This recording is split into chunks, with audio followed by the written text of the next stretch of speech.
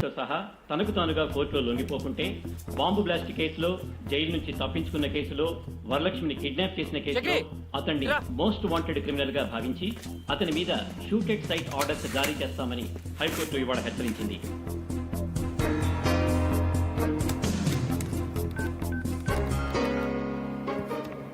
చెప్పరా 48 గంటల లోపల లొంగిపోతే కనిపిస్తే కాల్చేమని హైకోర్టు ఆర్డర్స్ పాస్ చేసింది. ఆ బాంబ్ బ్లాస్ట్ గురించి వివరాలు తెలుసుకున్నారా? నానిగాని అడ్డం పెట్టుకున్న పప్పు యాదవ్ గాడే మనల్ని కేసు ఇరికించాడు. ఆ టైంలో వాడు వేరే కేసు మీద జైల్లో ఉన్నట్టు ఆధారాలు చూపించాడని రిమాండ్లో ఉన్న మన ఫ్రెండ్స్ చెప్పారు. రే ఆ మొండి నానిగాడు నేను చంపడానికే బయటకు వచ్చానంట్రా, నువ్వు జాగ్రత్త. ఆడి సంగతి నేను చూసుకుంటా గానీ మనాలందరిని అలర్ట్ చెయ్యి. సరే. కోర్టు నాకు 48 గంటలు గడువు ఇచ్చింది. నేను నీకు 24 గంటలు గడువు ఇస్తున్నాను. మర్యాదగా నువ్వు చేసిన నేరం కోర్టులో ఒప్పుకోవాలి. నేరమా? నేను చేశానా? ఛా, నువ్వు చేసిన నేరాలు ఏదో పెద్ద లెక్క కాదనుకో. టెర్రరిస్టులుగా మా మీద మోపిన నేరాన్ని నువ్వు మర్యాదగా కోర్టులో ఒప్పుకోవాలి. నేనే మిమ్మల్ని ఇరికించానని చెప్పడానికి సాక్ష్యం ఏముందిరా? ఆ ఒంటి చేతి మొండి నానిగాడు నీ పక్కనే ఉండుంటాడే, వాడే సాక్ష్యం. రే మొండి, మర్యాదగా నిజం ఒప్పుకో, లేకపోతే ఒకసారి చెయ్యి పోగొట్టుకున్నావు, ఈసారి అన్ని సామాన్లు పోగొట్టుకుంటావు. రే పప్పు, వరలక్ష్మి ఒట్టిగా నా దగ్గరకు వచ్చింది, కానీ నీ దగ్గరకు మాత్రం ఒట్టిగా రాదు. 10 మందికి మంచి చేయటం కోసం నీలాంటోడికి చెడు చేయటానికి కూడా వెనకాడు.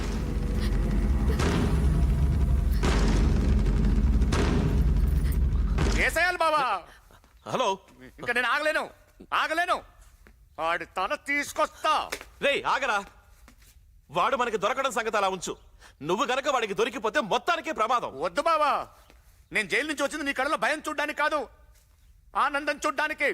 నేను వెళ్తాను. రే బావ జాగ్రత్త. అలాగే, నువ్వు జాగ్రత్త. ఇందాక ఫోన్లో పప్పుతో ఏమన్నావు? మర్యాదగా కోర్టులో లొంగిపోమన్నాను. తర్వాత ఇంకేమన్నాను? అంతే కదా.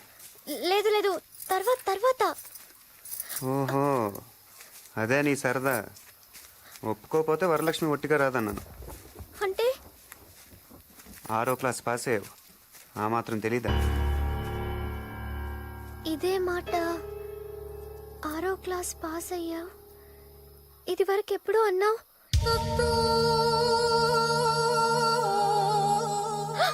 అంటే ఈసారి నిజంగా అన్నంత పని చేస్తావా? నిజంగా అంటే అబద్ధంగా ఏమైనా చేశానా? లేదు లేదు, ఏం చేయలేదు. నువ్వు మరీ అంత చెడ్డోడివి కాదు కదా. మరీ అంత మంచోడిని కూడా కాదు. అంటే అంటే 10 మంది మంచి కోసం మంచోడిని కాదనిపించుకోవటానికి కూడా వెనకాను. కొంచెం కన్ఫ్యూషన్ గా ఉంది, అర్థమయ్యేలా చెప్తావా? ఇప్పుడు నన్నేం చేస్తావు? నువ్వు అనుకున్న పనే చేస్తాను, దానికోసమే చూస్తున్నా.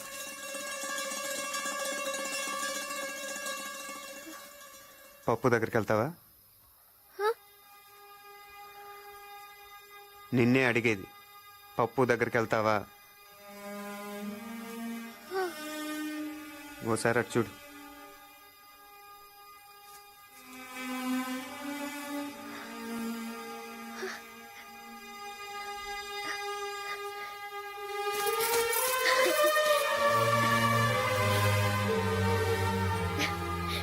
నాకు ముందు నుంచి అనుమానంగానే ఉంది నువ్వు మంచోడివేనని. నన్ను కూడా ఏం చేయకుండానే వదిలేస్తున్నావు. ఆయనతో చెప్పి నిన్నేం అనొద్దంటానులే. మరైతే వెళ్ళిరానా? జాగ్రత్త. మీ ఫ్రెండ్స్ అందరినీ అడిగానని చెప్పు. ఇప్పటికైనా ఒప్పుకుంటావా ప్రేమ ఎంత గొప్పదో? ఏదో చెప్తుంటావు, ప్రేమ దోమ వంకాయ ఇవేగా. చూసావా దాని పవర్ ఏంటో? నీలాంటోని సైతం మార్చేస్తుంది. అయినా అసలు నువ్వు ప్రేమ అనేదే లేదంటావు కదా. ఒప్పుకుంటున్నాను వరలక్ష్మి, ప్రేమ అనేది ఉంది, మరెక్కడో లేదు, ఇక్కడే నిలువెత్తు రూపంలో నీలోనే కనిపిస్తుంది. నీ ప్రేమను చూసి అందరూ గర్వపడాలి వరలక్ష్మి, జాలి పడకూడదు. పప్పు యాదవ్ ఒక గోండా, ఒక రౌడీ. ఇవాళ అతను చేసే తప్పులకు అతను ఒక్కడే బాధ్యుడు. రేపు అతను చేసుకుంటే నువ్వు కూడా భాగం పంచుకోవాల్సి వస్తుంది. నీలాంటి అమాయకులు ఆ గుండాలకు బలైపోయినా మా లక్ష్యం నెరవేరినట్టే. ఒక్కసారి ఆలోచించి వరలక్ష్మి, కావాలంటే మీ ఊళ్ళో మీ బామ్మ దగ్గర నేను వదిలిపెడతాను. గోదావరి దాటొచ్చిందని గోదావరి అంత లోతుగా ఆలోచించు.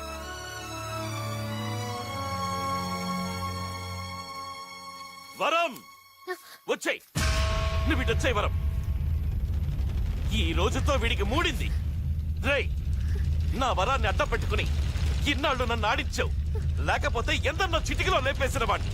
నువ్వు నాకు లెక్క కాదు. వరం, నీకేం భయం లేదు. వచ్చేయ్. ఈ రోజు వీడి రక్తంతో నీ కాళ్లకు పారాణి రాస్తాను. వచ్చేయ్. రే రండ్రా, ఎక్కడ చచ్చారు? ఈ రోజు గుమ్మ ముందే పాతి పెట్టాలి. వచ్చేయ్ వరం, వచ్చేయ్.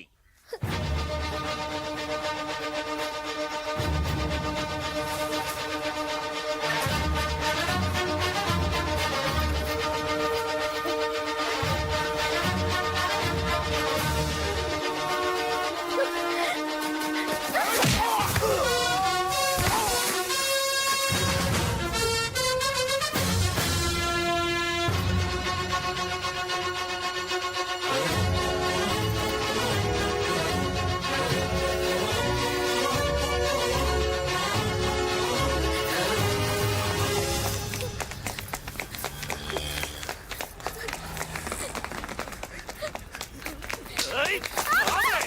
ఎక్కడికి పోతావు?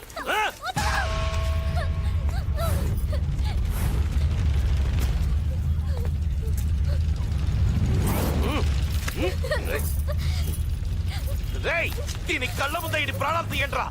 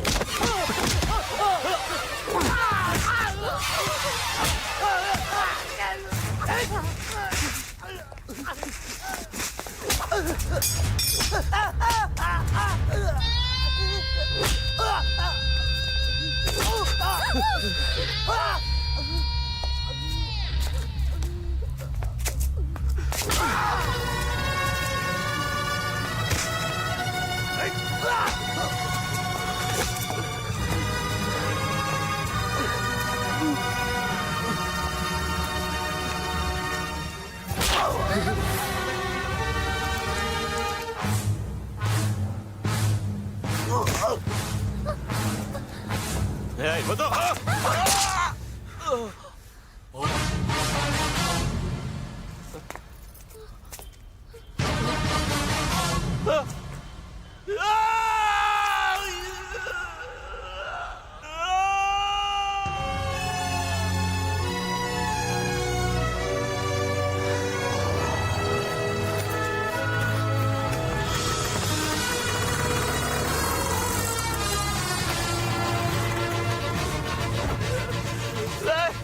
కత్తి పాలలోకి దిగబడిపోయింది, తీయండిరా.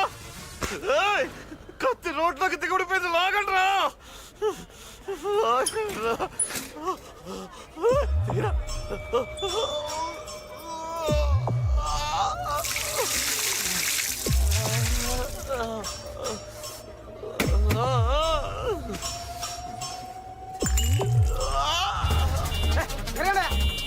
నీకే చెప్పేది. వెళ్ళండి, వెళ్ళండి.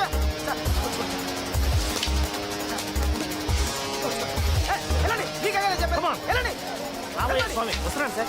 తప్పండి తప్పండి తప్పండి తప్పండి తప్పండి తప్పండి. హలో ప్రతిభ, ప్రతిభ, ప్రతిభ వినిపిస్తుందా నీకు? లైవ్ టెలికాస్ట్ అంతా రెడీయేనా? ప్రేక్షకులకు విజ్ఞప్తి. వరంగల్ పట్టణంలో హోంమంత్రి పప్పు యాదవ్ గారి కారులో కత్తి గుచ్చుకున్న సంఘటన ఇక్కడ సంచలనం సృష్టిస్తోంది. ఆ దృశ్యాలను మనం ఇప్పుడు ప్రత్యక్షంగా వీక్షిద్దాం. నమస్కారం మినిస్టర్ గారు. ఏయ్, ప్రత్యక్ష ప్రసారమా అవును సార్. ఇదేమన్నా ఫ్లైఓవర్ ఓపెనింగ్ ఎందుకు ఎంత లైవ్ కవరేజ్ సరేవారు సార్, మీరు ఇప్పుడు ఆ దృశ్యాలు మనం ప్రత్యక్షంగా చూడబోతున్నాం. ప్రతిమ హోమ్ మినిస్టర్ గారి కారులో కత్తి గుచ్చుకోవడం వల్ల ఈ ప్రాంతం అంతా కూడా రక్తంతో తడిచిపోయింది. ఇప్పుడు హోమ్ మినిస్టర్ ఇచ్చుకున్న కత్తిని మనం స్పష్టంగా చూద్దాం. కెమెరా కత్తి మీద పెట్టవయ్యా. ఇది మోకాలయ్య స్వామి. హోమ్ మినిస్టర్ గారు ఆర్తనాదం, హోమ్ మినిస్టర్ గారు ఆర్తనాదం చేస్తున్నారు, బాధతో విలవెల్లాడిపోతున్నారు. ఇప్పుడు ఈ సంఘటన మీద ప్రజా స్పందన ఏమిటో మనం తెలుసుకుందాం. రాష్ట్రంలో లా అండ్ ఆర్డర్ పరిస్థితి ఎలా ఉందో మంత్రి గారి కాలు చూస్తేనే తెలుస్తుంది. ఓహో. కలియుగంలో ధర్మం ఒంటి పాద మీద నడుస్తుందని చెప్తారు, కానీ ఇక్కడ పరిస్థితి చూస్తుంటే నిజంగా ఒంటి కాలు మీద నడుస్తున్నట్టుంది. ఆ సిద్ధార్థ అమ్మాయిని తీసుకొని పారిపోతున్నాడండి. అప్పుడు అటో 10 మంది ఇటో 10 మంది రౌడీ వ్యధలు వచ్చారండి. ఇంకేముందండి, బాగా కుమ్మి పడేశాడండి. మరి ఈయన రౌడీయే కదండి. మంత్రి గారు ఫేస్ క్లోజ్, ఫేస్ క్లోజ్. ఆ అమ్మాయిని తీసుకొని ఈయన పారిపోతున్నాడండి. అప్పుడు ఆయన ఊరుకుంటాడా, ఒక కత్తి అందుకొని కసిక్కన పాదంలో దిగేశాడండి. కాలు క్లోజ్ అప్, కాలు క్లోజ్ అప్ పెట్టు. నిజంగా కత్తిల పాదంలో దిగటం లైఫ్ లో ఫస్ట్ టైం చూస్తున్నానండి. ఇది నా అదృష్టంగా భావిస్తున్నాను. ఇతను క్లోజ్ పెట్టు, ఇతను క్లోజ్ పెట్టు. అంబులెన్స్ లో వైద్య బృందం వస్తున్నది. వారు ఇప్పుడు మంత్రి గారిని పరీక్ష చేసి మంత్రి గారి కాల్లో గుచ్చుకున్న కత్తి తీసేస్తారో కాలే తీసేస్తారో బ్రేక్ తర్వాత. తప్పకుండా డాక్టర్లు కొంచెం చోటు ఇవ్వండి. తప్పకండి. కత్తి లోతుగా దిగినట్టుంది. డాక్టర్లు ఇప్పుడు మంత్రి గారి కాళ్ళను శుద్ధి చేస్తున్నారు. డాక్టర్ గారు, పరిస్థితి ఎలా ఉంది? ఇప్పుడప్పుడే ఒక అంచనాకు రాలేకపోతున్నాం. Don't disturb. Don't worry sir, కత్తి తీసేస్తారు, కత్తి రాకపోతే కాలు తీసేస్తారు. ఓ గుణపం తీసుకురండి. గుణపమా? ఓహో, ఇప్పుడు గుణపం తీసుకొని మంత్రి గారు సిద్ధార్థ మీద పగ తీర్చుకోవడం కోసం బయలుదేరబోతున్నారు. అది పగ తీర్చుకోవడానికి కాదండి, మట్టితో సహా కాలు తీయడానికి. ఓహో, ప్రతిమ ఇక్కడ ఒక చారిత్రాత్మక సంఘటన చోటు చేసుకోబోతున్నది. ఇప్పటి వరకు మనకు వరంగల్ అంటే కేవలం కాకతీయులు మాత్రమే గుర్తొచ్చేవారు. కానీ ఇక నుంచి గోన గన్నారెడ్డి వారసుడైనటువంటి సిద్ధార్థతో పాటుగా ఇప్పుడు మొత్తం మట్టి గడ్డతో పాటు పెకలించబడబోతున్నటువంటి హోంమంత్రి పప్పు యాదవ్ గారి కాలు కూడా చరిత్రలో చోటు చేసుకోబోతున్నది. ఈ కాలే కాలు, ఈ అదృష్టమే అదృష్టం. ఇదంతా కళ్ళారా చూస్తున్నటువంటి మనం కూడా అదృష్టవంతులమే. కత్తి తీసేస్తే కాలు చరిత్రలో ఉంటుంది, కాలు తీసేస్తే కత్తి చరిత్రలో చోటు చేసుకుంటుంది. కత్తో కాలో కాసేపట్లో హాస్పిటల్లో చేరబోతుంది. అప్పటి వరకు చిన్న బ్రేక్. ఎంత పని అయిపోయింది బావా. నీ కళ్ళలో ఆనందం నింపుదామనుకుంటే నీ కాళ్ళు కత్తి దింపుతాడా? ఇప్పుడు నేను చూపిస్తా ఆడికి మొండినానంటే ఏంటో అని. బాంబులతో ఆడు బద్దలు బద్దలు. మీ ఊరు వెళ్ళడానికి అన్ని ఏర్పాట్లు చేసింది.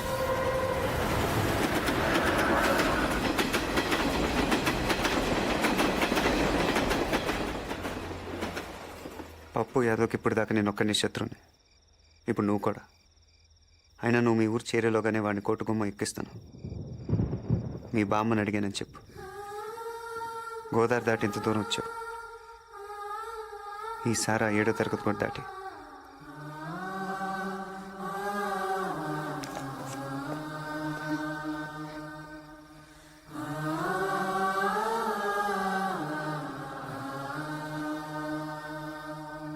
అయితే హాస్పిటల్లో మన మెడికల్ అందరినీ అలర్ట్ చేయండి. కాల్ పరిస్థితి ఏంట్రా? మొన్న నీకు ఎక్కడున్నాడో తెలిసింది. పదండి. ఇంకా లాభం లేదు. పదవి పోయినా సరే మన విశ్వరూపాన్ని చూపించాల్సిందే. రేయ్, బామర్ది మొండినాని గాని పిలవంట్రా. పిలవకుండానే వచ్చింది సార్. ఏడి ఎక్కడా? రే బామర్ది, కింద ఫ్లోర్ లోనే ఉన్నాడు, సేమ్ రూమ్ లో. ఆ సిద్ధార్థం చంపనికే తయారు చేసిన బాంబు ఆన్ చేతిలోనే పేలింది. అంతేకాదు, సిద్ధార్థ కేసు చూస్తున్న సిబిఐకి దొరికిపోయిండు. రేపు సిద్ధార్థ కోర్టులో లొంగిపోతుండని పీపీ ఫోన్ చేసిండు. అంటే ఆ మొండినాన్ని సిబిఐకి అప్రూవర్ గా మారి ఉన్నదంతా చెప్పేస్తారా? చచ్చా, వాడు అలా చెయ్యడ్రా. సృహలోకి వచ్చాక చస్తానని భయపడి ఒకవేళ సిబిఐకు నిజం చెప్తే ఇప్పుడు ఆసుపత్రిలో ఉన్న మీరు రేపు చెర్లాపల్లి జైల్లో ఉంటారు. అంతా మన కంట్రోల్లో ఉంది. డాక్టర్లు మెడికోలు మనోళ్ళే కదా. మార్చరీ ఎక్కడ? మార్చరీ ఎందుకు? వాడు ఇంకా చావలేదుగా. మార్చరీ ఎక్కడ? అటువైపు ఉంది.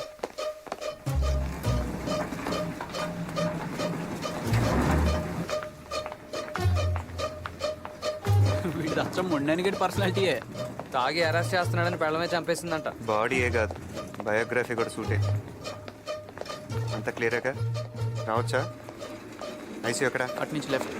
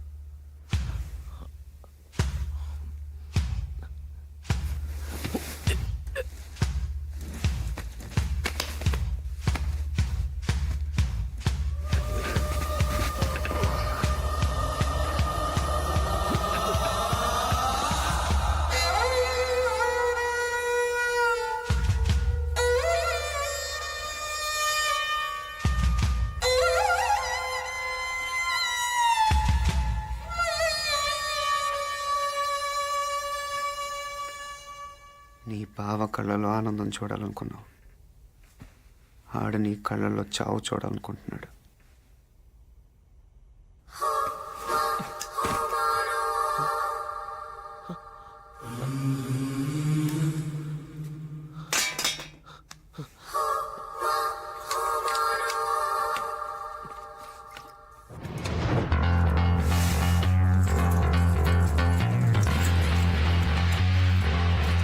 రండి చూడండి,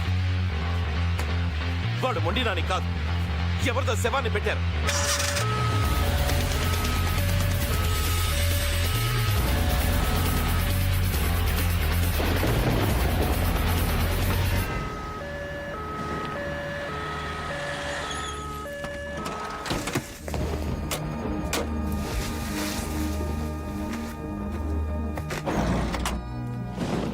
వరలక్ష్మి వెళ్ళిపోయింటుందంటావా?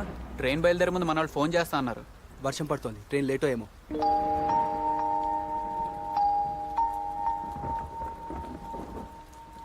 ఈడిలాగే ఉంటాడుగా. మళ్ళీ స్పృహ వచ్చేది రేపు కోర్ట్ టైంకే.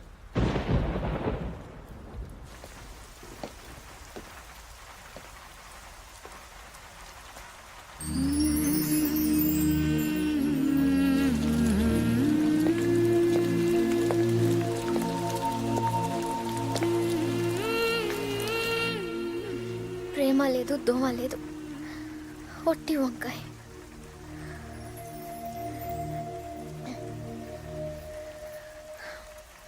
నేనేం బాధతో ఏడవటం లేదు, మోసపోయానని పశ్చాత్తాపడడం లేదు.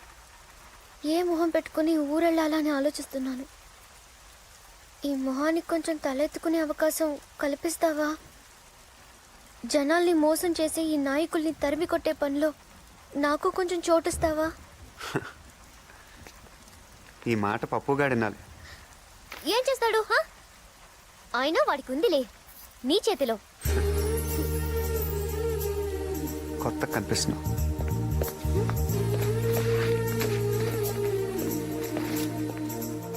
పదా.